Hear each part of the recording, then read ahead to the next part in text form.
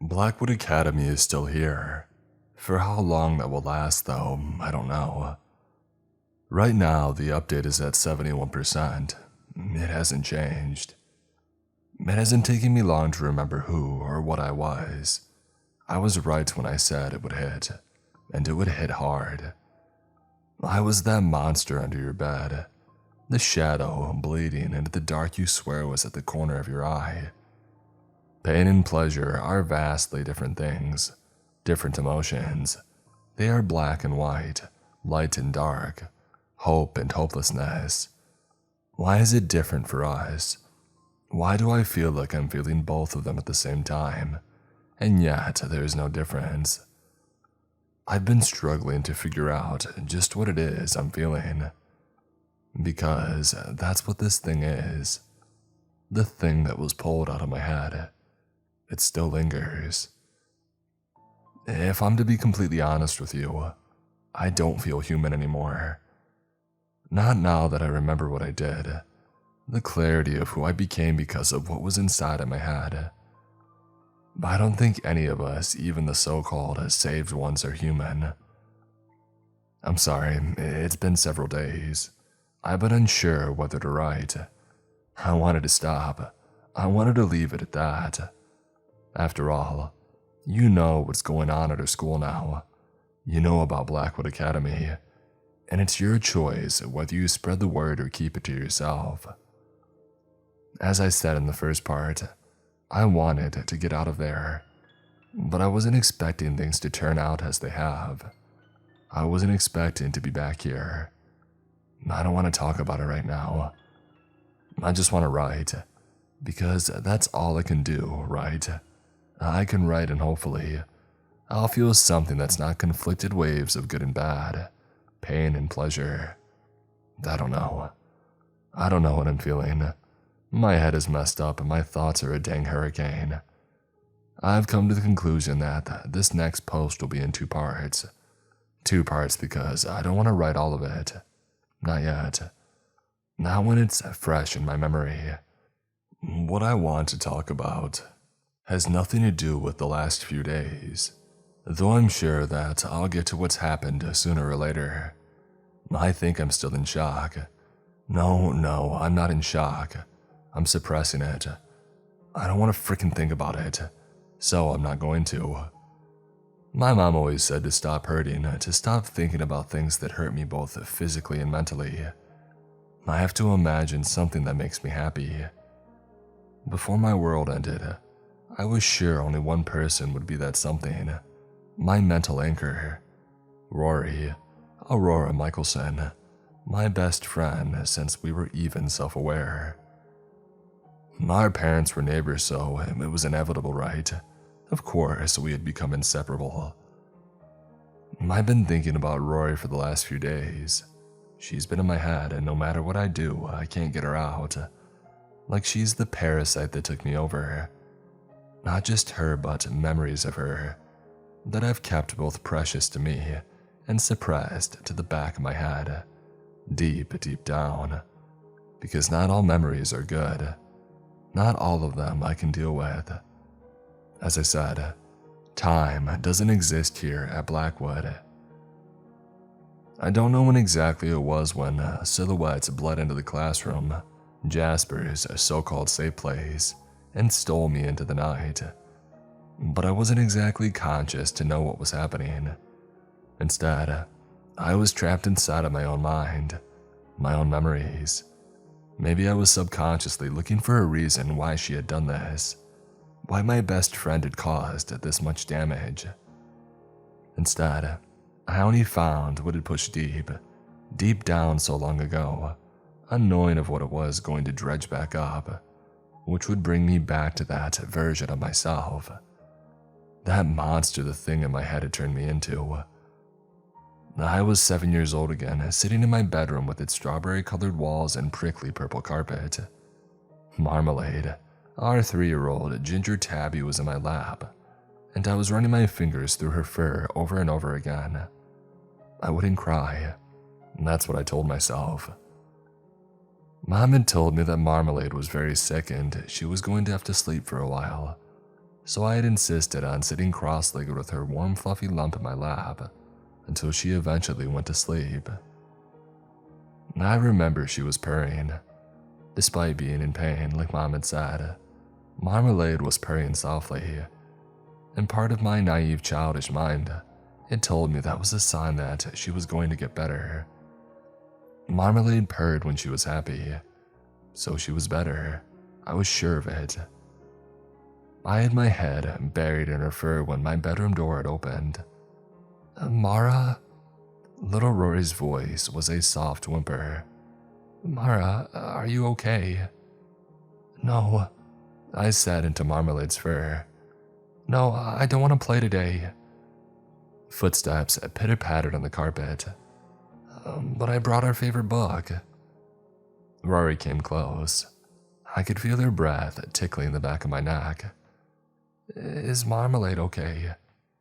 I shook my head, stifling my sobs. Mommy said Marmalade is going to sleep soon. Forever sleep? She whispered, coming to kneel in front of me. Uh-huh. I started to cry and then so did she. The exact same cry. My heaving shoulders and sobs. The pauses in my sobs when I was struggling to breathe, struggling to get words out. She copied every move so perfectly like she was my twin, imitating every tiny gasp that escaped my mouth, my sniffles, even my trembling hands cradling the cat. Rory shuffled closer to me, joining in, acting like she had her very own Marmalade. When I lifted my head, tears were dripping down her cheeks and her eyes were raw, blonde curls hanging in her face. But she didn't look upset. It was almost like Rory was mimicking me, so it was like another game we could play. She had her battered copy of Sleeping Beauty clutched to her chest. It was the pop-up version, the one that I loved. All the trees and flowers came to life in cardboard pop-ups. I loved running my fingers over while reading the story. After a while, Rory let out a sigh and wiped away her tears like she was playing a game, just like when we played funerals. Mara, you're making her hurt even more, Rory whispered, bumping heads with me. She ran her fingers over the cat's fur, scratching Marmalade's ear. Can't you let Marmalade go to heaven? What? I stared at her, blinking rapidly. Heaven, Rory said. She leaned close, whispering in my ear. So she's not hurting anymore. Her words didn't make sense in my mind. Why would Rory want that? Why would she want Marmalade to leave me? Choosing to ignore her, I held the cat tighter to my chest. So tight, like I would lose her if I didn't squeeze hard enough. I wanted to ask Rory why she had said such a thing. But then Mom was shouting my name from the bottom of the stairs. Mara, come downstairs for a moment. I jumped up and put Marmalade down gently, giving her a pat.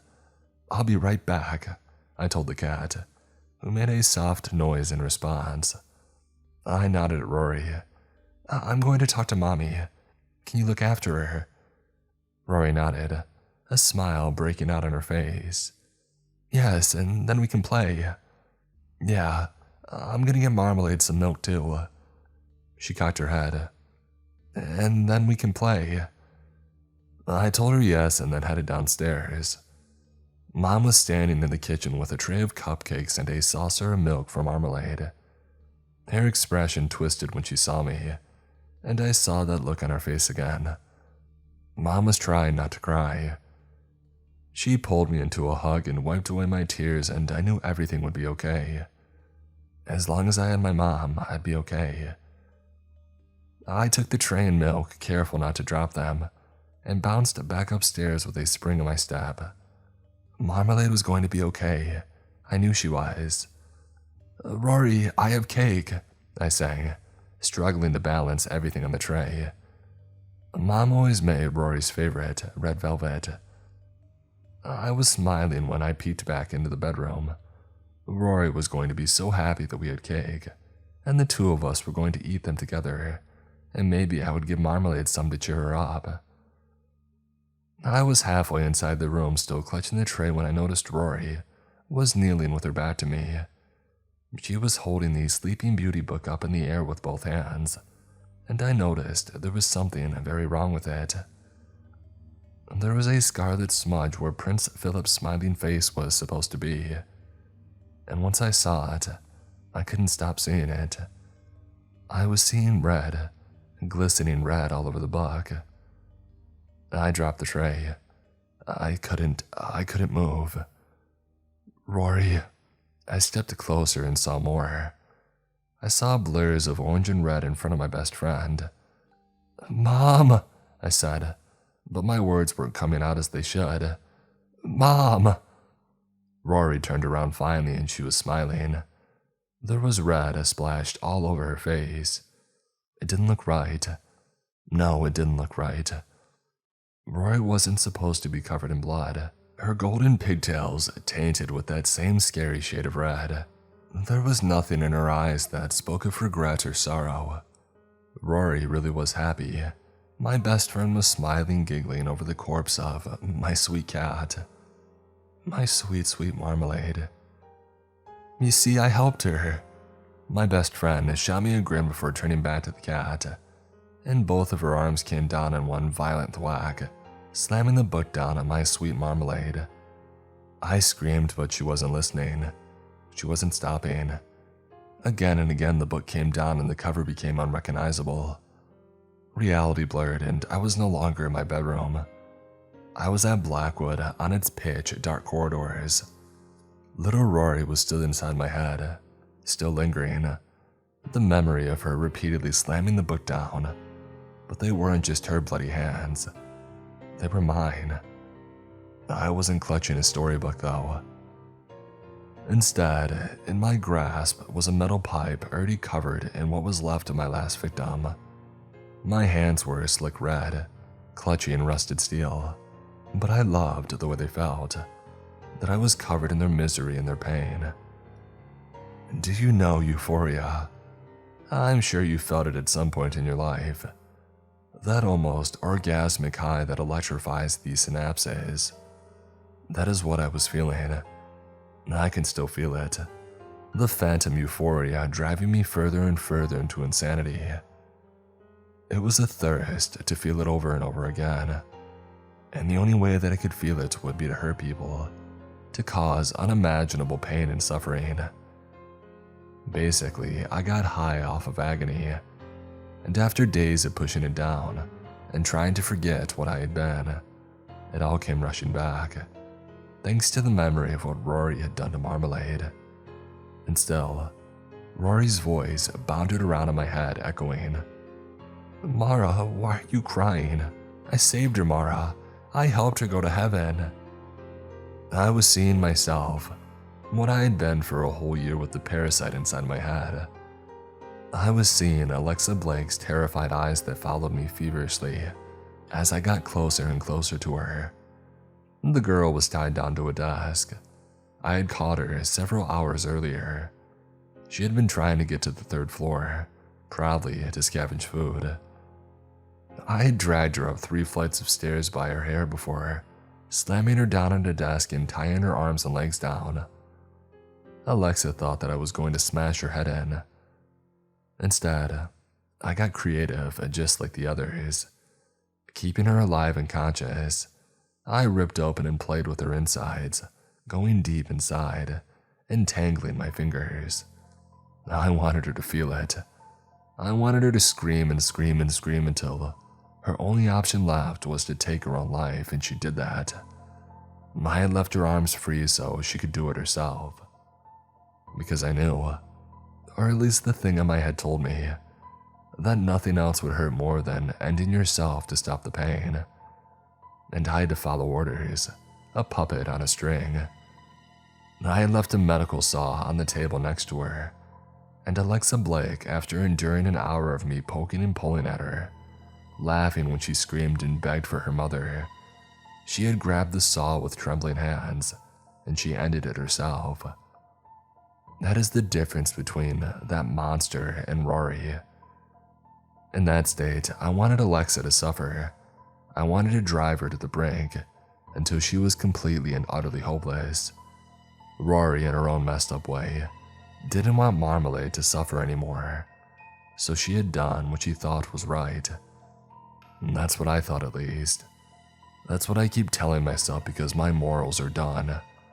Everything in my head is bad.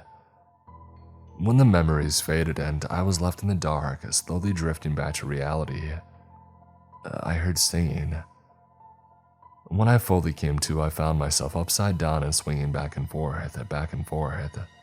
Something cool grazed my cheeks, a sharp and bitter wind that drew a startled breath from my lungs. I was outside. After so long, I was actually outside, but I couldn't celebrate or revel in breathing in real air and savoring it. There was something wrong. I had always wanted to fly as a kid. I used to climb trees and pretend to grow wings and to jump out of them, narrowly missing breaking my leg multiple times. But this wasn't what I had in mind when I said that I wanted to fly. Not when I was dangling upside down off of the roof of our school. Opening my eyes, I realized that I was staring down at a sea of green at least 20 feet down below. And then when I looked up, I was seeing vines twisted and tangled and overgrown, looming over me and blocking out the sky. Blackwood Academy's campus had been completely eaten up by nature, by beautiful and yet horrifying greenery, transforming us into what almost looked like a video game. Disoriented, I blinked at a glimmer of what looked like silver. A fence. I was looking at a towering fence built around the circumference of the academy, successfully locking us in.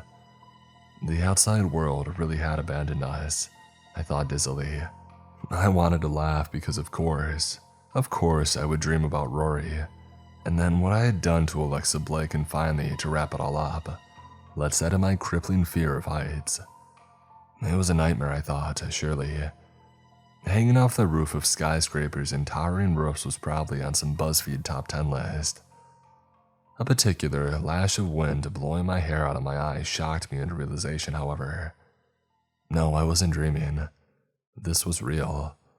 This was very real. And I was really genuinely hanging suspended off the roof of Blackwood Academy.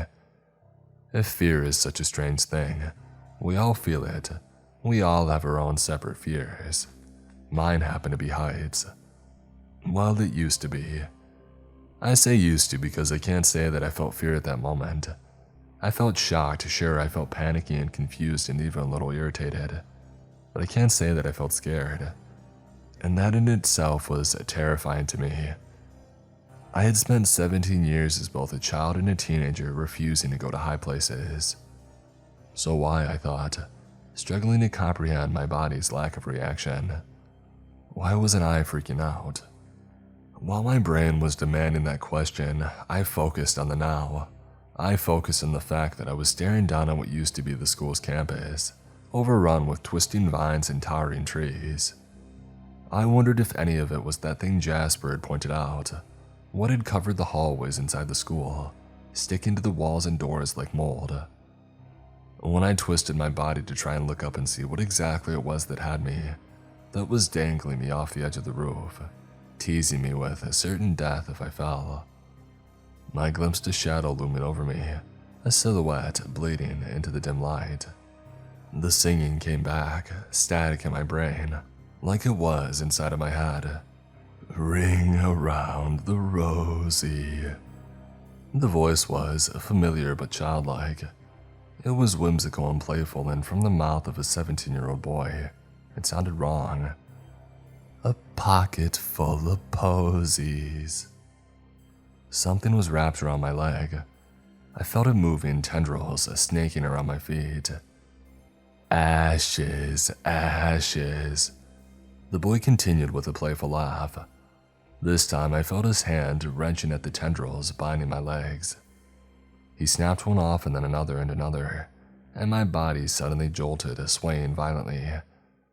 I could feel the hold loosening slowly, tendril by tendril until only one held on to me. This time the stranger didn't stay in the dark. When I twisted around, struggling to find him, I glimpsed a boy kneeling over the edge of the roof, and I had recognized him straight away. I recognized him from that day when Connor Marlowe had tried to kill me. When the thing inside my head had turned me into a monster, I had been 100% sure that Joey Summers was dead that day. I had seen him brain himself repeatedly on a door and then collapse into a squirming pool of scarlet. But the other part of me, the thing that had senselessly murdered Alexa Blake and countless others, did know him. I knew his handsome face, patchwork skin that had mended his flesh altogether and left tangled roots in place of skin. I knew his laugh when he did awful things to his unfortunate victims, and he teased them with the hope of survival. The boy leaned in close, eyes sparkling with something that I had seen in Connor Marlowe. Mania.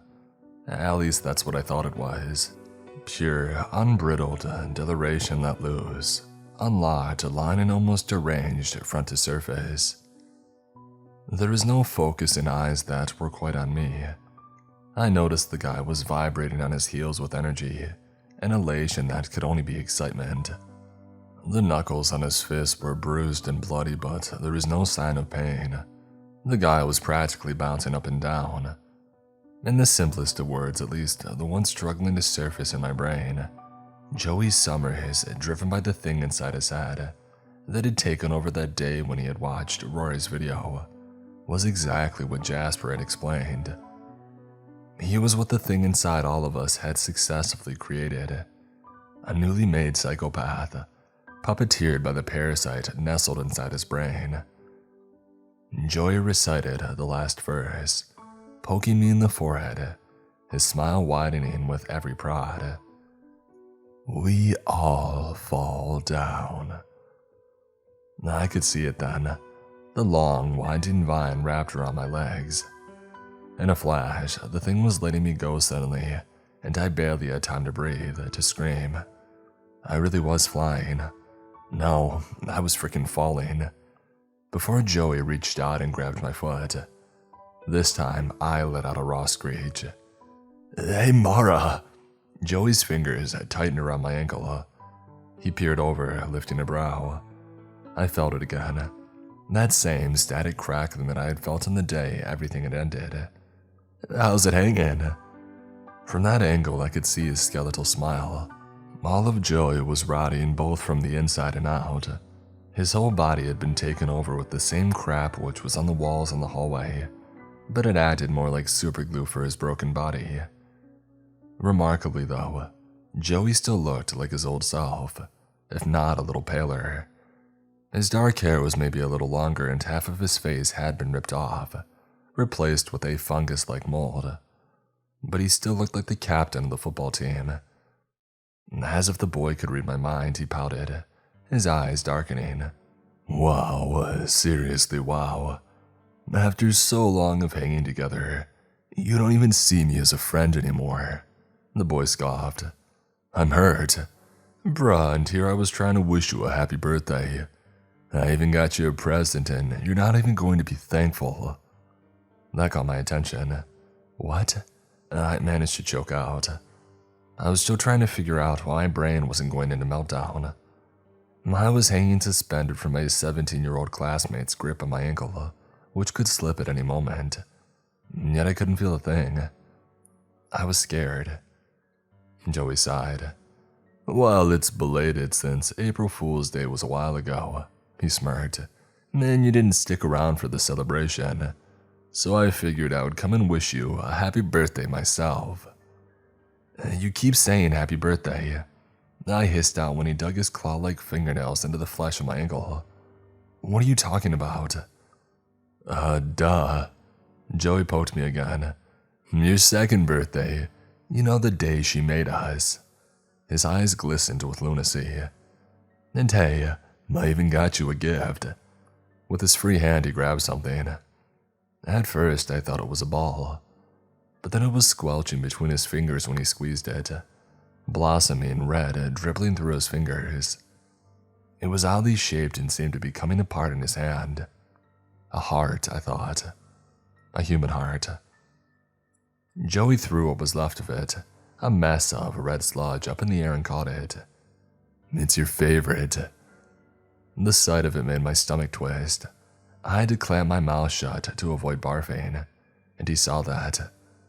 He saw that reaction. Joey cocked his head. Mara, are you feeling okay? He pressed his hand over my forehead. Huh, you're not warm. I didn't reply. I couldn't reply. After a moment, Joey surprised me with a laugh that rattled his whole body. Okay, he said, and then louder. Oh, right. His grin reminded me of a shark. You got it out. Oh, wow, bravo. How did you manage it, huh? Are there any more of you? Tell me there are more of you, because that would be like so cool. I'd actually congratulate you guys. I thought he was going to hit me, but instead, he held out his hand for a high five. I reached out for it, or more appropriately, to grab and yank him off the edge. But his smile only grew, static eyes shining with glee. I wondered then if I looked close enough, would I see what was inside him? That thing. Oh crap, oh man, do it, he whispered, bouncing on his heels. Seriously, do it. Can you imagine how freaking good that would feel? Imagine it. Imagine the pain when hitting the ground. And that's even if I survived. Those last few seconds while my brains leak out of my ears. His eyes grew frenzied, and I was suddenly scared of them. I was feeling fear finally, but not of heights. I was scared of him. The madness tangled in his eyes. Do it, Mara. His giggle was hysterical. Do it! Do it! Joey was waiting for a reaction from me. When I didn't speak, he sighed. Don't you miss it?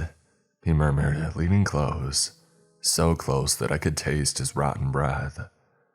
That sickening satisfaction, that pleasure when we kill. We used to have so much fun, Mara, all of us. I could let you go right now and you would feel nothing but delirium at the thought of impacting the ground and staining the concrete with your brains. Leaning back with a scowl, Joey's eyes darkened, his lip curling. You're no fun. To my surprise, he pulled me back onto the roof with a strength that I wasn't sure how he had gotten. I hit the ground, all of the breath being knocked from me. Joey gave me one last smile before turning away from me, stuffing his hands into his jeans pockets. I noticed the vines seemed to have moved around him, like they were following him, tangling around his ankles. I don't want to play with you anymore. I stayed on my hands and knees and watched him head to the door. Joey turned back to me. I'll catch you later, okay? Boss's orders. He left me with a salute, and for a while I stayed like that, staring hard at the world around me. Shaking my head, I focused on my reality, what the school had become. We were prisoners, I realized. Nobody was coming to get us. As good as the air felt on my skin, I didn't stay outside for long. I waited for 5, then 10 minutes until I was sure that he was gone, and then I followed him. It didn't take me long to get down from the school roof, heading down 2 staircases, both of which were thankfully empty. The real problem was the hallways ahead. I had memorized Jasper's hiding place well. It was an old IT room 2 floors down. The first floor was easy. I narrowly missed getting caught by another one of them, a girl like Joey wielding a chain. She was sitting on top of the staircase with her legs up, her gaze on the ceiling, the chain across her lap. I think she was asleep. I leapt over her quickly. I thought that I had got lucky until I was power walking towards Jasper's classroom and accidentally caught the attention of a freak who had been snacking on the corpse of a kid. I don't know. I guess part of me wondered if I would be immune to them, invisible because I've already been infected. Spoiler alert, I'm not. The girl's body twitched when she saw me and took chase. She was fast, impossibly fast, emitting that same static-like screech that I had heard on the very first day. When I got to Jasper's classroom, I was surprised to find it locked. The girl was gaining momentum, pushing her arms faster. She was so close. Unlike with Joey, I didn't feel a connection to her. She was all but dead flesh, running around in a meat suit, being controlled. Jasper! I slammed my fist into the door, conscious that I was making noise. Jasper, let me in. He appeared at the door with a scowl. Oh, you went back to your gang, huh? What? I hissed, risking to look back. I could hear the girls pounding footsteps, and from the sound of it, she had attracted more of them. They're coming. When he didn't move, I hissed out. They took me, I didn't go with them. Some idiot kidnapped me and strung me up on the school roof. He raised a brow. Prove it. What? Prove that it's you. Panic sent my body into fight or flight. I rammed my fists into the door, unable to resist a snarl. I can't prove it, I gritted out. Rory is my best friend. I can talk to her. I can stop this. He folded his arms with a scoff. Oh, really? With the power of friendship. Let me guess, we're all going to join hands and sing a happy song, and everything is going to go back to the way that it was. God, I could have punched him. I pounded on the door again. Listen to me, I was there that day. She told me exactly what she was going to do. My voice was panicked. At first, I didn't believe her, She just said it was a prank. I didn't think she was going to go that far. I didn't even think she knew what she was going to do. Something seemed to flicker in his eyes. So you think you can talk to her? Yes, I gritted out. Now let me in. Jasper didn't look convinced, though his expression crumpled. When the doors swung open behind me, 4 or 5 freaks dived through, falling over each other. He opened the door, grabbed my wrist and yanked me through before slamming it shut on their battering fists. When I tried to get up, the boy loomed over me, stabbing me in the head with the butt of his bat. As I said, try anything and I'll beat your head in. And that, as a human, I can assure you it won't make me smile. Jasper jerked his head to the door. Not like your gang do when they drag kids upstairs and turn their brains to mush. I rolled my eyes. You really think you're a Walking Dead character? Shrugging, Jasper hummed. Oh yeah, I can't deny that. After being stuck here for so long, it's nice to play fantasy. Glenn was my favorite, so I like to imagine myself as him, A freaking tough pizza boy. You watch a lot of TV. His lips quirked. Yeah, it was all I could do when I really couldn't stay awake half the time. Jasper's words dug a memory up. I was back in front of Connor Marlowe, dying on the inside, waiting for the boy's response when a crash sounded, and my gaze found a boy with a growing red bruise in the middle of his forehead. It didn't take me long to put the pieces together. Jasper was that kid. The one that I had seen mocked by Joey and the others. The one with narcolepsy. That's where I knew him from. Jasper poked the bat of my eye. Hello? What, are you having a Raven-style flash forward or something? I stood up shakily, shoving the bat from my face. My gaze flashed to the freaks outside, a crowd of them slamming themselves into the door. What do we do about them? The boy took a step back, thankfully. Nothing, they'll leave after a while. He seemed far more interested in something else, grabbing my arm and pulling me over to an ancient-looking TV. The screen was on and it looked like a colorful cartoon. I recognized it from the theme tune. I watched the reflection of the screen dance in Jasper's eyes. Animaniacs? I sent him a look. Yeah, he wore a wiry smile. Loved it as a kid, and the reboot is great. Not enough pinky in the brain though. I nodded. So why is it important? Jasper turned to me with raised brows. It's not, he said, before heading over to the TV and pressing the palm of his hand over the screen. which seemed to react to his touch suddenly, flicking to a static screen and then switching off completely. When I could only frown at the black screen, baffled, he turned to me. The words were on his lips, but I was already speaking them out loud in sharp breath. "It's not just them," I said, and Jasper nodded in confirmation. "Yep." He popped the pea and gently took my arm, grazing my palm against the screen. "It's us too." This time, the TV emitted a sharp screech before the screen flashed on and then off. I jerked my hand away before anything else could happen. "How?" I whispered. "I have no idea."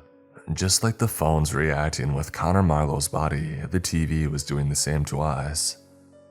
"Right, so we've established that infected or not, we're connected to this," Jasper said. "Which is bad news if the update on the phones is anything to go by." He heaved out a sigh, turning to me with skeptical eyes. "You said you can talk to our all-knowing queen and knock some sense into her." "I'll try," I paused. "I was your 18th test subject, right?" "More or less," he murmured. "And did the 17 kids before me not make it?" It was a question that had been on my mind for a while. The boy didn't look at me. "Let's focus on your friend first. Then we'll talk about my multiple attempts at saving our psycho classmates." Jasper let out a sharp breath. "If you're saying that there's even the slightest chance that you can talk to Aurora, then we'll go and see her." He held up his bat. "She's got guards, so I have no idea how we're going to get past them. Levi Keller and Ben Simons. They're pretty hardcore. I've seen them rip some kid up before. I'll distract them and you head inside, okay?" He was already moving towards the door. Jasper pressed his face against it. "We've just got to wait until these guys leave." "Well, how long will that be?" He shrugged, turning to me. "Are you hungry?" Almost an hour and 2 stale Twinkies later, the freaks were gone, and we made a quick getaway before they could come back. Jasper wielded his bat, and I had grabbed a curtain pole, which wasn't exactly the best weapon, unless I used it to impale. And taking slow steps, I stuck to Jasper's side. The lights above came to life as we headed down the hallway, stepping over spasming bodies and discarded phones. "Is that us?" I whispered, my gaze following the ignition of light across the hallway. It was both brilliant and horrifying, knowing that the two of us were somehow interfering with bulbs that had been dead for a year. The lights weren't the only thing. I caught phone screens flickering. "I think so," Jasper said. "Keep your head down. It's early morning, so your gang will be waking up." I thought back to Joey. "They're not my gang." To my disdain, Jasper didn't answer. When we rounded another set of stairs, Jasper headed down to the first floor where Connor was.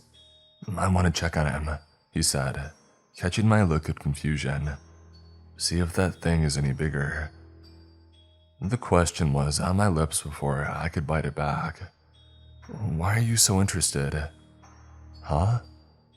I stepped over her body, cringing. The sight of it barely fazed me, though. "We should be figuring out a way out of here, and you want to play science projects. Why?" Jasper actually laughed, but his eyes were dark. "I've been here for a year," he deadpanned. "I just don't want to get out of here. I want to see if we can, reverse it." He sent me a sickly smile. "It worked with you, didn't it?" We quickened our steps, conscious of early morning sunlight, or at least what was managing to seep through the cocoon wrapped around our school, seeping in through the windows. Connor was still in the same position. He hadn't moved. Jasper passed me his bat and knelt down in front of the boy, crawling over to the left side of his head. He pulled something out of his pocket, a pencil. I watched, squirming as he stuck the nib inside of Connor Marlowe's ear. "So, this guy," Jasper murmured, keeping his back to me. I found my gaze stuck on Connor's face. It resembled Joey's a little. What had been skin torn away, leaving a fleshy mass. It had been taken over by a spore-like fungus, like it was mending him. Jasper had already noticed and scraped a sample of some tissue paper and stuffed it into his pocket. Was he like a friend? I didn't know what to say to that. I shuffled uncomfortably on the spot. I liked him. Jasper turned to me, his smile catching the fizzling light. Oh, like, he chuckled. Wow. What? He turned back to Connor, giving the pencil another twist. Dude, Connor Marlowe ain't. Straight, I finished. Yeah, I know I was an idiot. Can we talk about something else? You know, our impending doom. The fact that my best friend has turned our entire school into a Last of Us style nightmare. He chuckled, leaning closer to the boy. Actually, I'm having fun with this. You must have been more out of it than me if you didn't realize, and I wasn't even conscious half the time. Rolling my eyes, I shot him a glare. Has anyone ever told you that you're insufferable? He hummed. Yes, many times. I was about to quit back with something when Jasper hissed out and lurched back on his hands. Crap! I dropped the curtain pole in fright, wincing at the loud clang that it made hitting the ground. When he dived to his feet, I raised the bat, ready to hit anything that moved. What was it? Jasper held out the pencil with a hiss. I saw it straight away. The thing twined around the end of the nib. It had grown in size from a parasitic worm-like creature to something else entirely. A centipede-like insect with an antenna. That. Jasper's eyes were wide with, I couldn't tell you. Excitement or fright or maybe both. He let out a strangled breath.